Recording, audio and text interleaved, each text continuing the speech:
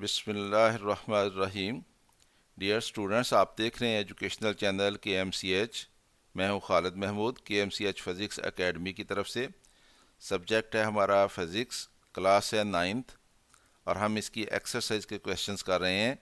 आज हमने unit number 3 का क्वेश्चन नंबर 3.17 करना है। यूनिट नंबर 3 है डायनामिक्स और क्वेश्चन नंबर 3.17 है why rolling friction is less than sliding friction. कि रोलिंग फ्रिक्शन जो है स्लाइडिंग फ्रिक्शन से लेस कैसे होती है, कम कैसे होती है। तो स्टूडेंट्स, हमें पता है कि जब एक सरफेस जो है वो दूसरी सरफेस के ऊपर स्लाइड कर रही हो तो उनके दरमियान जो फ्रिक्शन होती है उसको हम स्लाइडिंग फ्रिक्शन कहते हैं। और जब एक सरफेस जो है दूसरी सरफेस के ऊपर रोल कर रही हो, जैसे एक व्हील सड़क के ऊपर गाड़ी का व्हील जो है वो रोल करता हुआ जाता है, तो उस वक्त जो फ्रिक्शन होती है उसको हम रोलिंग फ्रिक्शन कहते हैं। और हमें ये भी मालूम है कि रोलिंग फ्रिक्शन जो है वो स्लाइडिंग फ्रिक्शन से बहुत कम होती है। और हमसे ये क्वेश्चन किया गया है कि वो क्यों कम होती है, तो इसका हमने आंसर देना है। Sliding and rolling friction. All surfaces have pits and bumps. कि सारी जो सर्फेसिस होती हैं वो अगर हमें बज़ाहिर वो स्मूथ नज़र आ रही हैं, तब भी अगर हम उनको माइक्रोस्कोप से देखें तो उनमें पिट्स एंड बम्प्स होते हैं, यानी उनमें छोटे छोटे मसाम होते हैं और उनमें छोटी छोटी उभरी हुई सतहें होती हैं। So the contact points between the two surfaces form a sort of cold welds. और जब एक सरफेस जो है उसको दूसरी सरफेस के ऊपर रखा जाता है तो वो दोनों सरफेस जो हैं उनमें एक किस्म का कोल्ड वेल्ड हो जाता है। कोल्ड वेल्ड क्या होता है? ये एक वेल्डिंग की टेक्निक है जिसमें दो सरफेस जो हैं उसको प्रेशर के ज़रिए एक दूसरे के साथ वेल्ड किया जाता है, उनको गर्म करके वेल्ड नहीं किया जाता है। और जब उनको प्रेशर के ज़रिए वेल्ड किया जाता है तो उनके जो एटम्स होते हैं वो बॉन्ड हो जाते हैं एक दूसरे के साथ।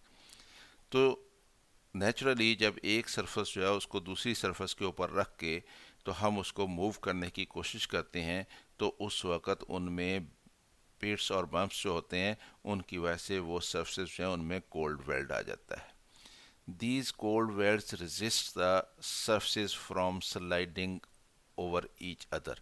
और ये जो कोल्ड वेल्ड्स होते हैं ये फिर उन सरफेस को एक दूसरे के ऊपर स्लाइड होने से रेजिस्ट करते हैं, उसके ख़िलाफ़ मज़ामत करते हैं, तो उसकी रुकावट बनते हैं ये उसमें। तो इस वजह से क्या होता है, इस वजह से स्लाइडिंग फ्रिक्शन जो है बहुत ज़्यादा होती है। व्हील क्या करता है? Wheel rolls as it moves rather than slide. तो व्हील जो है वो स्लाइड नहीं करता बल्कि वो रोल करता है। This greatly reduces friction. और इसकी वजह से क्या होता है? फ्रिक्शन बहुत रिड्यूस हो जाती है। कैसे होती है? When the axle of a wheel is pushed. तो जो व्हील के ऊपर फोर्स लग रही होती है वो उसके एक्सेल के ऊपर लग रही होती है। और जब वो एक्सेल जो है वो पुश करता है व्हील को, the force of friction between the wheel and the ground at the point of contact provides the reaction force. तो रिएक्शन फोर्स कहाँ से आती है? जो ग्राउंड और व्हील का जो हिस्सा ग्राउंड के साथ टच होता है वो वहाँ पे आती है।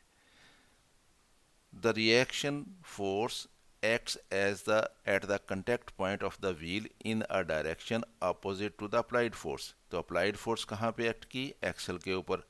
और ज़मीन के ऊपर जो उस टायर का या उस व्हील का जो हिस्सा इन टच है वहाँ पे अपोजिट डायरेक्शन में जो फोर्स है वो रिएक्शन की फोर्स वहाँ पे एक्ट करती है और वो फोर्स ऑफ फ्रिक्शन होती है।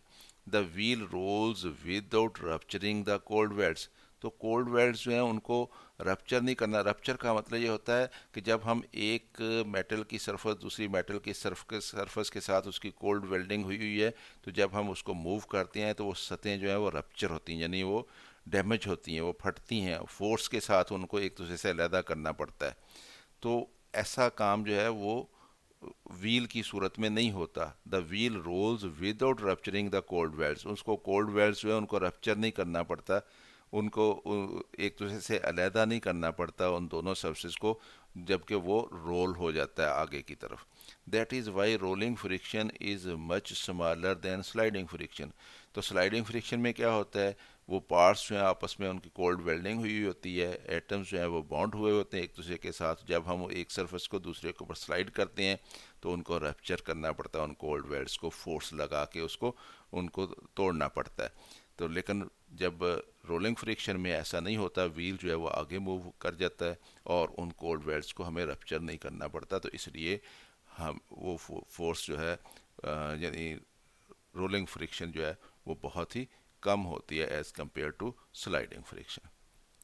तो स्टूडेंट, ये हमारा आंसर था इस क्वेश्चन का। हमने इसको देख लिया, खुद भी देखें, दोस्तों के साथ इसको शेयर भी करें। अगर वीडियो पसंद आए तो इसको लाइक भी कर लिया करें, और अगर अभी तक चैनल सब्सक्राइब नहीं किया तो इसको सब्सक्राइब कर लें, ताकि KMCH फिज़िक्स एकेडमी की तरफ से आपको इस तरह की मज़ीद वीडियोज़ मिलती रहें।